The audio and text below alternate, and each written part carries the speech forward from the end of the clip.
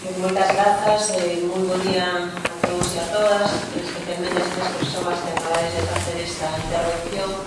Tengo que reconocer que por menos para mí foi unha intervención clarificadora, pero tamén moi dura, porque ao mesmo tempo estamos vendo cal é a magnitude dos problemas que hai na sanidade pública, o sufrimento que isto causa, non só a que son doentes e tener que sufrir unha situación tan dura como a que nos relatou con Manuel Pereira, sino tamén a propia situación que viven as e os profesionais, unhas condicións difíciles, e que iso que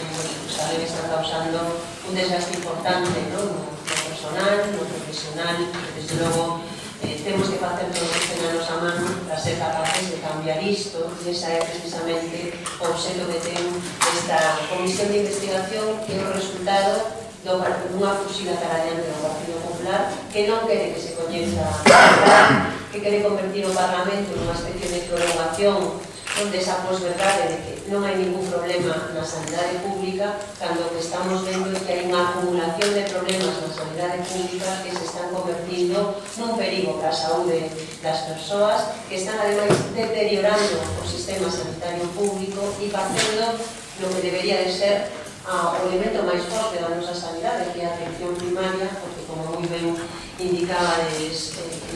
vos, é a porta de entrada do sistema sanitario e un bon funcionamento da sanidade en atención primaria, ademais é a mellor medida de racionalización de gasto público e a mellor medida para garantir a saúde das persoas, que en última instancia é o que nos debe de promover. Nos temos moitas veces a sensación de que o Partido Popular quere que a sanidade funcione baixo criterios economicistas, e nós pensamos que a sanidade debe funcionar baixo criterios humanistas, porque o primeiro ten que ser a vida, a dignidade e o dereito das persoas á saúde, que hai que lembrar ademais que é un dereito fundamental e que ten que estar por riba de calquera outro tipo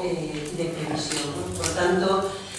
todo ese afecto creo que é importante tamén que o sintades. Creo que tamén volver a transmitir a familia de José Manuel, que nos está dando unha lección de dignidade, que é importante, porque creo que eso ao final vai a deixar un pouso e ten que significar un cambio, un basta xa, e que non volvamos ver que se repiten esta situación. A nos gustaríamos que esta comparecencia se pudera celebrar na comisión de investigación que celebramos nos tres grupos. Queremos que sea unha comisión de investigación fraudulenta, en tanto que non están as voces que sí ou sí teñen que escoitarse, e nos creemos que é imprescindible que neste Parlamento se escoiten as voces de quen está sufrindo recortes e tamén dos profesionais, e que o fagamos desde o respeto, porque nos compartimos que se está producindo un deterioro moi importante, que non creemos que sexa fólico da casualidade e nunha mala xestión, sino que hai un programa de fondo e é que hai que recortar na sanidade pública para engordar a sanidade privada. E, efectivamente, como nós temos un sistema sanitario que ten moitas fortalezas, porque ten moitas fortalezas e unha moi boa valoración por parte dos usuarios, o que hai que ir facendo pouco a pouco desmantelando o propio sistema sanitario para botar nas mans da sanidade privada a moitas persoas. E isto temos que frear, porque significa a futuro un problema grave de saúde pública, porque estamos vendo que outros modelos que optaron por esa vía fracasan, e ademais están empeorando as condicións de vida da xente, e, por tanto, isto é unha cuestión que para nós é clave. Hai, desde o punto de vista do BNG, algúns aspectos que son evidentes, que hai que poñer sobre a mesa. Efectivamente, os recortes existen, porque isto é a primeira posverdade do Partido Popular. Os recortes non existen, e existen dunha maneira moito máis grave en atención primaria. Se nos ponemos os orzamentos que hai neste momento de tramitación no Parlamento e os comparamos cos orzamentos de 2009, o recorte acumulado en atención primaria supera os 2.200 millóns de euros, e este ano, para os recursos de atención primaria, hai casi 200 millóns de euros menos que existían hai unha década, cando o lógico sería que a cantidade fora superior, porque ademais sabemos que tal e como está evolucionando a poboación e o envellecemento da poboación en Galiza, a demanda sanitaria está se incrementando, por tanto, esta é unha primeira constatación. A segundo tema que nos parece preocupante é o da precariedade laboral. En ese sentido, nos gustaría que se nos poderes aponar un pouco máis en cal é a situación que se está vivindo neste momento desde o punto de vista da precariedade, se hai unha estimación de cal pode ser o personal recortado en estes anos. Sabemos que é moi difícil porque non hai transparencia tampouco nisto por parte da administración, pero en todo caso sí que compartimos unha diagnose. O problema non é que non haxa profesionais sanitarios, de feito en 2012 había unha bolsa moi importante de personal tanto médico como de enfermería en paro por consecuencia dos recortes. Por tanto, nos entendemos que hai un problema de expulsión de unha parte dos profesionais que invertimos na súa formación, pero que agora están traballando fora das nosas fronteiras, e isto sería necesario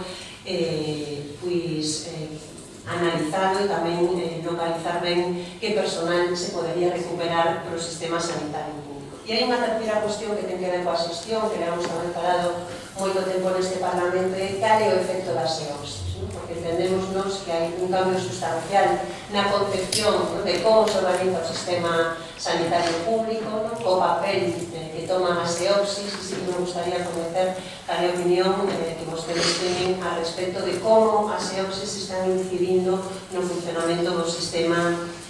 sanitario público, que é evidente que cada vez está xerando máis malestar. Pois mesmo víamos unha movilización onte en Bueu, a semana pasada tivemos coñecemento desa dimisión dos 22 xefes de servicio de atención primaria de Vigo, que é un feito sin precedentes no sistema sanitario público, non só galego, sino diría que en todo o Estado, e queremos dar de que punto a situación é insostible, pero tamén viñan detrás a folga que se mantén nos PACs, folgas en servicios de urxentes, e todos os síntomas de alarma que están dando desde sindicatos, profesionais, colexios médicos, doentes, é dicir, que temos, creo que toda unha explosión de malestar por recortes do Partido Popular que necesitan unha resposta, e a resposta non pode ser facer que se fai para que nada cambie, que me dá a sensación que un pouco a estrategia que ten neste momento a Xunta, enrocarse, non sei, nesa victimismo, que o único que está relatando é a incapacidade que ten a Xunta de Galiza para facer de frente aos problemas e desafíos que ten o sistema sanitario. De todas maneiras, si me gustaría, se posible, para esta segunda intervención de peche, precisar máis algunhas cuestións que creemos que son importantes, sobre todo me gustaría que no caso do señor Manuel Pereira que nos pudiera responder algunhas cousas que na que sabemos que é un momento duro, que é unha situación difícil, que seguramente nunca pensou que tenía que estar aquí enfrontando, revivindo moitos aspectos que son emocionais, que creo que son importantes a hora de poder enfrentar esto. Vostede falou de incomprensión, de falta de humanidade, que creo que ese mesmo xa é o mellor fracaso que pode ter un goberno, que alguén que sufriu unha situación así poda ter ese sentimento no seu corpo. Si nos gustaría facer algunhas preguntas. A primeira é en que momento se puxo a Xunta de Galiza en contacto coa familia, se ese contacto se produciu, si durante estes últimos tempos tiveron algunha chamada, sobre todo en relación con esa investigación que se abriu no PAC da Estrada, porque entendemos que é unha parte que a persoa que está morrendo o ente que debería de ser atendida. Si vostedes teñen algunha información a respecto de cal é o resultado desa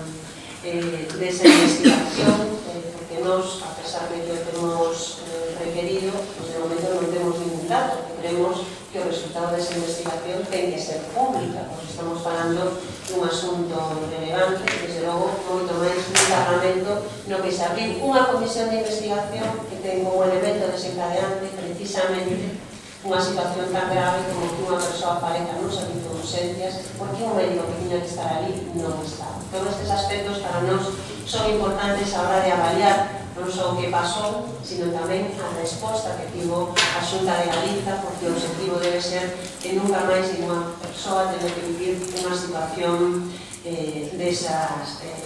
características. E para os representantes dos PACs en de guerra, gustaríame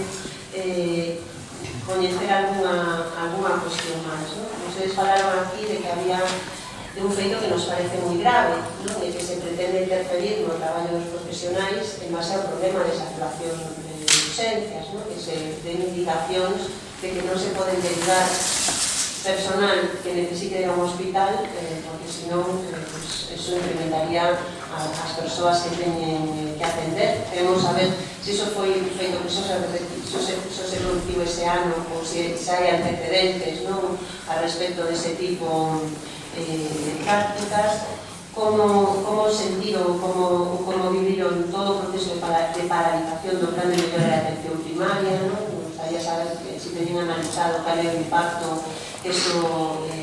puede producir. Consideran que coas ofertas que se teñen anunciado de emprego público se van a cubrir as necesidades que ten o sistema sanitario ou se iso vai a ser insuficiente a hora de afrontar os problemas que temos de fondo. Eu, como sei que o resto do Ministerio non van a presentar máis preguntas, deixo aquí a miña intervención, agradecéndolles moitísimo a súa colaboración, lamentando que o Partido Popular queira amordazar este Parlamento, pero tamén orgullosa de que esa unha ciudadanía comprometida que non acepte amordazas e que se expresa con liberdade nunha casa que debería de estar aberta para todos e todas e moito máis